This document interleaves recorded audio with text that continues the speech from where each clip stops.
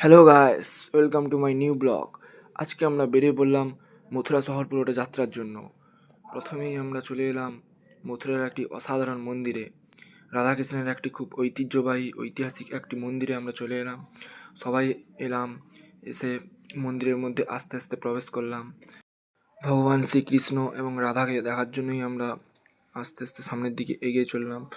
সবাই শ্রীকৃষ্ণ এবং রাধাকে স্মরণ করেই আমরা আবার বেরিয়ে পড়লাম আরও একটি মন্দিরে যাওয়ার উদ্দেশ্যে। দিয়ে সবাই চলে এলাম মথুরাতে আরও একটি অসাধারণ ঐতিহ্যবাহী মন্দিরে, এবং সবাই সেখানে জুতো খুলে প্রবেশ করতে যাচ্ছিলাম। এবং প্রবেশ করার পরই আমাদের ওখানে একজন গাইড ছিল, ও সব কিছুই আমাদেরকে বোঝাচ্ছিল। ভগবান শ্রীকৃষ্ণ এবং রাধার অনেক পুরনো গল্প আমাদেরকে শোনাচ্ছিল, আমরা মন দিয়ে সবাই শুনেছিলাম।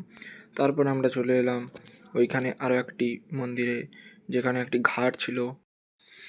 তারপর ওই ঘাটের চারিদিকে আমরা ঘোরাফেরা করছিলাম।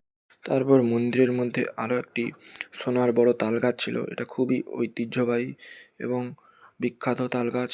পুরোটাই সোনার তাল গাছ, সোনা দিয়ে ঘেরা পুরোটা তাল গাছ। এই দেখো, এটা হচ্ছে সোনার কলসি মন্দিরের ওপরেই। তারপর আমরা আস্তে আস্তে রওনা দিলাম আরও একটি ঐতিহ্যবাহী মন্দিরে যাওয়ার জন্য। সবাই রাধে রাধে বলে যাচ্ছিলাম, রাধে রাধে। তারপর আমরা আস্তে আস্তে মন্দিরের দিকে এগিয়ে চললাম।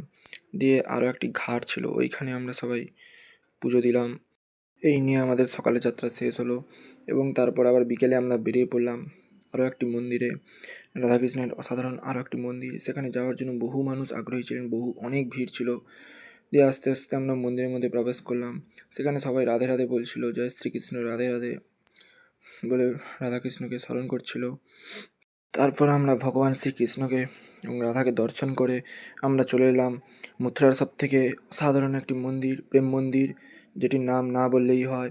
মথুরার একটি আশ্চর্যজনক জিনিস এবং ঐতিহাসিক মন্দির। খুব সুন্দর ছিল মন্দিরটা, চারিদিকেই লাইট। কিছু টাইম অন্তর মন্দিরটার আলো পরিবর্তন হয়েছিল, এবং আস্তে আস্তে আমরা মন্দিরের মধ্যেই প্রবেশ করলাম। মন্দিরের মধ্যে শুধু কারুকার্যটা দেখো সবাই, অসাধারণ কারুকার্য। এবং রাধাকৃষ্ণের পুরনো সমস্ত স্টোরি সব কিছুই মন্দিরের মধ্যে, ওইখানে কাঁচের মধ্যে আমরা দেখতে পেয়েছিলাম। আগেকার দিনে শ্রীকৃষ্ণ এবং রাধা যা কিছু হয়েছিল সব কিছুই ওই কাঁচের মধ্যে গল্প হিসাবে সমস্ত কিছু দেখানো হয়েছিল।